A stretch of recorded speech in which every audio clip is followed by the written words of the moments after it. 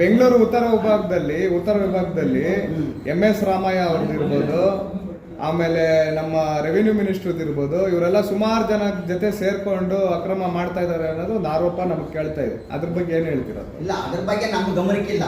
ನಾವು ಏನಾರ ಮಾತಾಡ್ಬೇಕಂದ್ರೆ ದಾಖಲೆ ಇಟ್ಕೊಂಡು ಮಾತಾಡ್ಬೇಕಾದ್ರೆ. ಸರ್, ಕೃಷ್ಣ ಬೈರೇಗೌಡ ಗೌಡರ ಹತ್ರ ಹೋಗಿ ಬರೀ ಮನೆಗೆ ಕೊಟ್ಟು ಬರ್ತೀರಾ ಅಷ್ಟೇ? ಇಲ್ಲ, ಹೋರಾಟ ಮಾಡಿನೇ ಮನೆಗೆ ಕೊಡ್ತೀವಿ. ಏನಕ್ಕೆ ಹೋರಾಟ ಮಾಡ್ತೀರಾ ಸರ್? ಮನೆಗೆ ಕೊಡೋದಕ್ಕೆ ಮುಂಚೆ ಮನೆಗೆ ಕೊಟ್ಟಿಲ್ಲ ಅಂದ್ಮೇಲೆ ಯಾಕೆ ಹೋರಾಟ ಮಾಡ್ತೀರಾ? ಹೋರಾಟ ಮೂಲಕನೇ ಅವ್ರ ಗಮನ ಸೆಳೆಯುವಂತ ಸೆಳೆದು ಹೋರಾಟ.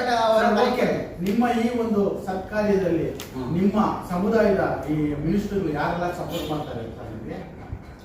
ಈಗ ಅವರು ಯಾರೂ ಕೂಡ ಓಪನ್ ಆಗಿ ಮಾತಾಡ್ತಾ ಇಲ್ಲ ಅದ್ರ ಬಗ್ಗೆ. PDCL ಕಾಯ್ದೆ ಪೂರ್ವಕವಾಗಿ ಈ ಕೆಲವು ವಿಶೇಷವಾಗಿ ಕೆಲವು ಮಾಧ್ಯಮದಲ್ಲಿ ಬಂದಿದೆ, ಅದರ ಸಾಧಕ ಬಾಧಕಗಳ ಪೂರ್ವಕ ಬಂದಿದ್ರು ಕೂಡ ಯಾವುದೇ ಮಂತ್ರಿಗಳಾಗಲಿ ಶಾಸಕರಾಗಲಿ ಇನ್ನ ಮಾತಾಡಿಲ್ಲ.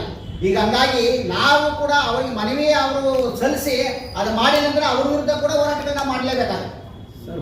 ಹೋರಾಟ ಮಾಡಿ ಮನವಿ ಸಲ್ಲಿಸಿ ಮಾಡ್ತೀವಿ, ಅಂತ ಮಾಡ್ತೀವಿ, ಒಂದೇ ದಿನ ಮಾಡಕ್ ಬರಲ್ಲ.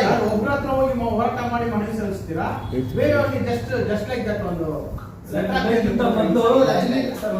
ಇದಕ್ಕಿಂತ ಮೊದಲು ರಜನಿಕಾಂತ್ ಅವರು ಈ ತರ ಮಾಡ್ತಿದಾರೆ ಅಂತ ನೀವು ಮನವಿ ಸಲ್ಲಿಸಬೇಕಲ್ವಾ?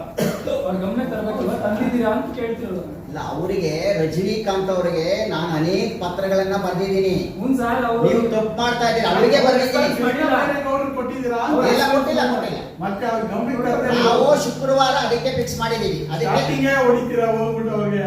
ಯಾರಿಗೆ? ಸ್ಟಾರ್ಟಿಂಗ್ ಹೋರಾಟಕ್ಕೆ ಸ್ಟಾರ್ಟ್ ಮಾಡ್ತೀರಲ್ಲ? ಹೌದು, ಸ್ಟಾರ್ಟಿಂಗ್ ಮಾಡ್ಬೇಕಿಲ್ಲ, ಆದೇಶಗಳಿದೆ. ಅವ್ರು ಮಾಡಿರ್ತಕ್ಕಂಥ ಆದೇಶಗಳಿದೆ. ಈಗ ಆದೇಶ ಇಟ್ಕೊಂಡೆ ನಾವು ಮಾತಾಡ್ಬೇಕಾಗತ್ತೆ. ಸರ್, ಬೈರತಿ ಸುರೇಶ್ ಅವ್ರನ್ನ ಹೇಳಿದ್ದೀರಾ, ಇದೆಲ್ಲ ವಿಷಯ ಹೇಳಿದ್ದೀರಾ, ಉಸ್ತುವಾರಿ ಸಚಿವರು ಅವರೇ ಬರ್ತಾರೆ? ಇಲ್ಲ, ಅವ್ರಿಗೆ ವಿಷಯ ಈಗ ಮೊದಲನೇ ಬಾರಿಗೆ ಕಂದಾಯ ಮಂತ್ರಿಗಳಿಗೆ ಕೊಡ್ತೀವಿ.